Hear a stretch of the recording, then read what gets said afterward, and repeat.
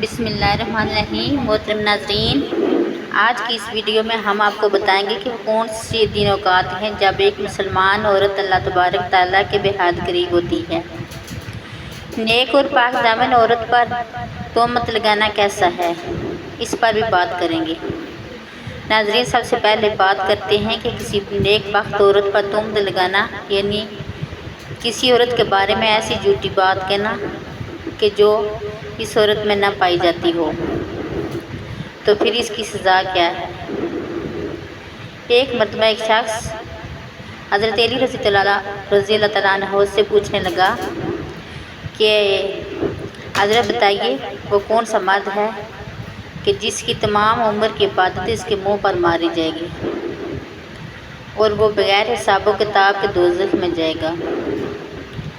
بس جیسے یہ پوچھا گیا تو حضرت علی رضی اللہ تعالیٰ عنہ نے فرمایا، اے بندہ خدا، یاد رکھنا کہ میں نے اللہ کے رسول صلی اللہ علیہ وسلم سے سنا ہے کہ جو مرد کسی عورت پر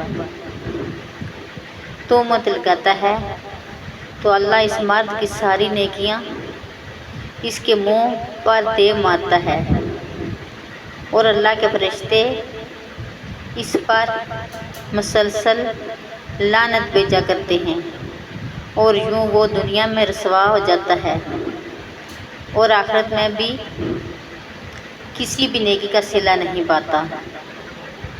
وہ شخص پوچھنے لگا، اے علی رضی اللہ تعالیٰ عنہ، کسی عورت پر تہمت لگانا اتنا بڑا گناہ کیسے ہے؟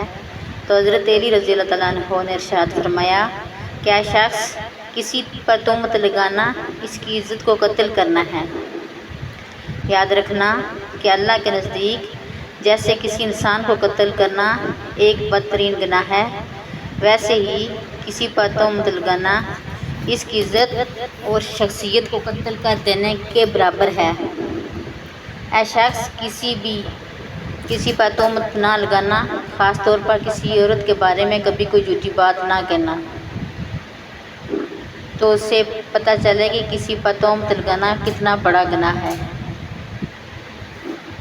ناظرین کرام، آپ جانتے ہیں کہ وہ کون سا دن وقت ہوتے ہیں جب ایک مسلمان عورت اللہ تبارک تعالیٰ کے سب سے زیادہ قریب ہوتی ہے۔ پیارے ناظرین، ایک مرتبہ حضرت علی رضی اللہ تعالیٰ عنہ سے پوچھا گیا کہ اللہ تعالیٰ کے سب سے زیادہ نزدیک کون ہیں؟ تو حضرت علی رضی اللہ تعالیٰ عنہ نے فرمایا، اے بندہ خدا، اللہ کے سب سے زیادہ قریب وہ عورت ہے جو اللہ کے لیے نامحرم سے پردہ کرتی ہے۔ اے بندے، یاد رکھنا کہ اللہ سبحانہ تعالیٰ نے عورت کو رحمت کا مجسمہ بنایا ہے تاکہ وہ ہر گھر کو اللہ کی رحمت سے بھر دے۔ میں نے اللہ کے رسول صلی اللہ علیہ وسلم سے سنا ہے کہ اللہ نے ہر عورت کے لیے ایک فرشتہ مقرر کیا ہے تاکہ وہ عورت کی دل کی آواز کو سنے اور فوراً اس کی دعا کو اللہ کے دربار میں پہنچا دے۔ لیکن افسوس تو یہ ہے کہ جب ایک عورت بے پردگی اختیار کر کے زندگی گزارتی ہے تو فرشتے اور اللہ کی رحمت عورت سے دور ہو جاتی ہیں اور یوں عورت دکھ اور تکلیف کا شکار ہو جاتی ہے۔ اے بندہ خدا، یاد رکھنا کہ کبھی کسی باپردہ عورت کا دل نہ دکھانا، کیونکہ نیک عورت کی بد دعا آسمان کو چیرتی ہوئی اللہ کی رضا بن کر کائنات پر نافذ ہو جاتی ہے۔ سبحان اللہ۔ تو ناظرین، حضرت علی رضی اللہ تعالیٰ عنہ حضرت علی رضی اللہ تعالیٰ عنہ کے فرمان سے ثابت ہوتا ہے کہ عورت جب باپردہ حالت میں ہوتی ہے تو اللہ تبارک تعالیٰ کے بے حد قریب ہوتی ہے۔ ناظرین اکرام، ایک عورت کا اللہ کے قریب ہونے کا دوسرا وقت وہ ہوتا ہے جس سمے وہ پردے کی حالت میں رہتے ہوئے اپنے گھر کے اندر نماز ادا کرتی ہے۔ ایک مرتبہ حضرت حمید رضی اللہ تعالیٰ عنہ رسول اللہ صلی اللہ علیہ وسلم کے پاس آئی اور عرض کرنے لگی، یا رسول اللہ صلی اللہ علیہ وسلم، میرا جی چاہتا ہے کہ میں آپ صلی اللہ علیہ وسلم کے ساتھ نماز پڑھوں، مسلمان بھائیوں بہنوں کے ساتھ نماز پڑھوں۔ مسلمان بھائیوں بہنوں میں سے کسی سے بڑی کوئی خواہش ہو سکتی ہے کہ نبی کریم صلی اللہ علیہ وسلم کے امامت میں نماز پڑھنے کا موقع مل جائے، مگر آگے کی بات بھی غور سے سنیے گا۔ تو رسول اللہ صلی اللہ علیہ وسلم نے فرمایا، میں جانتا ہوں کہ تم میرے ساتھ نماز پڑھنا پسند کرتی ہو، لیکن جو تم اپنے گھر میں نماز پڑھو کہ وہ کسی مسجد میں جا کر پڑھی جانے والی نماز سے بہتر ہے۔ رسول اللہ صلی اللہ علیہ وسلم نے فرمایا، چھپ کے جو عورت نماز پڑھے گی وہ سب سے بہتر ہوگی۔ حضرت حمید رضی اللہ تعالیٰ عنہ نے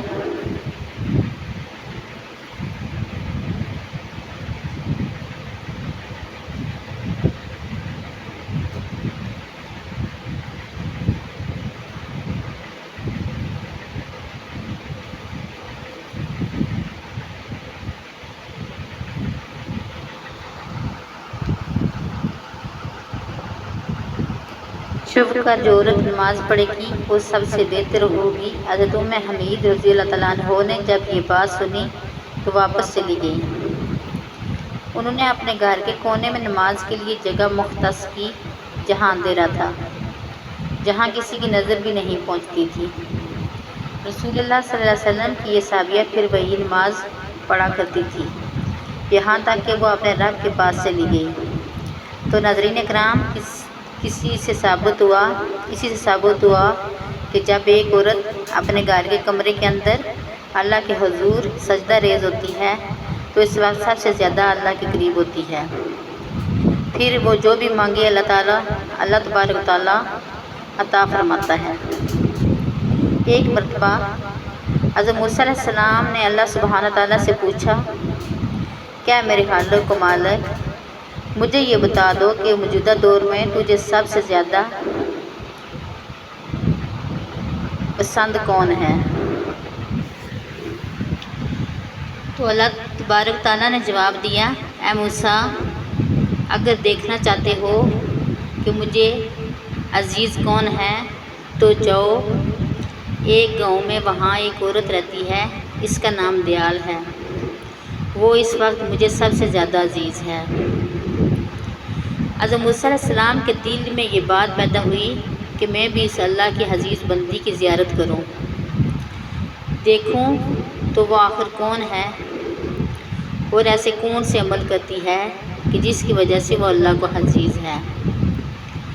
حضرت موسیٰ علیہ السلام چلتے رہے، اس گاؤں میں پہنچے تو کیا دیکھتے ہیں کہ ایک ٹوٹا ہوا گھر ہے۔ اس ٹوٹے ہوئے گھر میں ایک عورت رہتی ہے جس کے نہ ہاتھ ہیں، نہ پاؤں ہیں اور نہ ہی آنکھیں ہیں، نہ ہی کان، صرف ایک زبان ہے جو اللہ سبحانہ وتعالیٰ کا شکر ادا کر رہی ہے۔ حضرت موسیٰ علیہ السلام نے دیکھا اور دل ہی دل میں کہا، اے میرے پاک پروردگار، تو نے اس عورت کو کون سی نعمت سے نوازا، پھر بھی یہ کسی بھی نعمت سے نہیں نوازا، پھر بھی یہ تیرا شکر ادا کر رہی ہے۔ اے میرے پاک پروردگار، تو نے اس عورت کو کسی نعمت سے نہیں نوازا، پھر بھی یہ تیرا شکر ادا کر رہی ہے۔ بس موسیٰ علیہ السلام کا یہ سوچنا تھا کہ وہ عورت کہنے لگی، اے موسیٰ، تو اللہ کا نبی ہے، لیکن میرے اللہ کے لیے یہ نہ کہو کہ اللہ نے مجھے کچھ نہیں دیا، اللہ نے مجھے سب کچھ دیا ہے، میں تو اس کا شکر ادا نہیں کر سکتی۔ تو حضرت موسیٰ علیہ السلام نے پوچھا کہ وہ کیسے، یعنی اللہ نے آپ کو کیا دیا ہے تو وہ عورت کہنے لگی اے موسیٰ، اگر اللہ مجھے قدم دیتا تو میں ان قدموں سے چل کر باہر جاتی تو یقیناً گناہ کرتی، لیکن اللہ مجھے پسند رکھتا ہے، اس لیے ایسے تمام گناہوں سے بچا لیا۔ اگر مجھے آج دیتا تو شاید میں اللہ کی مخلوق پر ظلم کرتی، اور اللہ نے مجھے ان گناہوں سے بھی بچا لیا۔ اگر آنکھیں دیتا تو شاید میں نامحرم مردوں کو دیکھتی، تو اللہ نے مجھے ان گناہوں سے بھی بچا لیا۔ اگر اللہ مجھے کان دیتا تو شاید میں گانا بجانا سنتی، غیبت سنتی، اس لیے اللہ سبحانہ تعالیٰ نے مجھے ان گناہوں سے بچا لیا۔ صرف مجھے ایک زبان دی ہے تاکہ میں اس زبان سے اس کا شکر ادا کر سکوں، اور اللہ سبحانہ تعالیٰ نے میری روح کی آنکھوں کو اتنا منور کر دیا ہے کہ میں نے کبھی تمہیں دیکھا نہیں، پھر بھی میں تجھے پہچانتی ہوں۔ تو آپ بتاؤ کہ میں اس کریم اور رحیم اللہ کا شکر کیوں نہ ادا کروں؟ تو یہ سب سن کر حضرت موسیٰ علیہ السلام رونے لگے اور کہنے لگے تمہارا ایمان تمہیں اللہ کے قریب کرتا ہے۔ تو ثابت ہوا کہ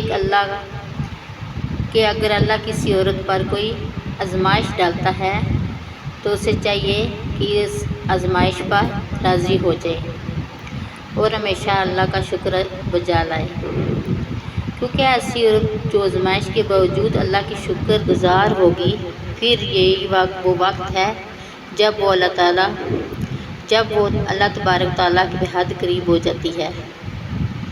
اللہ تبارک تعالیٰ سے دعا ہے کہ نیکی کی بات کو سننے، سمجھنے اور اس پر عمل کرنے کی توفیق عطا فرمائے، آمین۔ ناظرین، کمنٹ باکس میں اللہ کے 99 ناموں میں سے ایک نام ضرور ٹائپ کریں، آمین یا رحمت للعالمین۔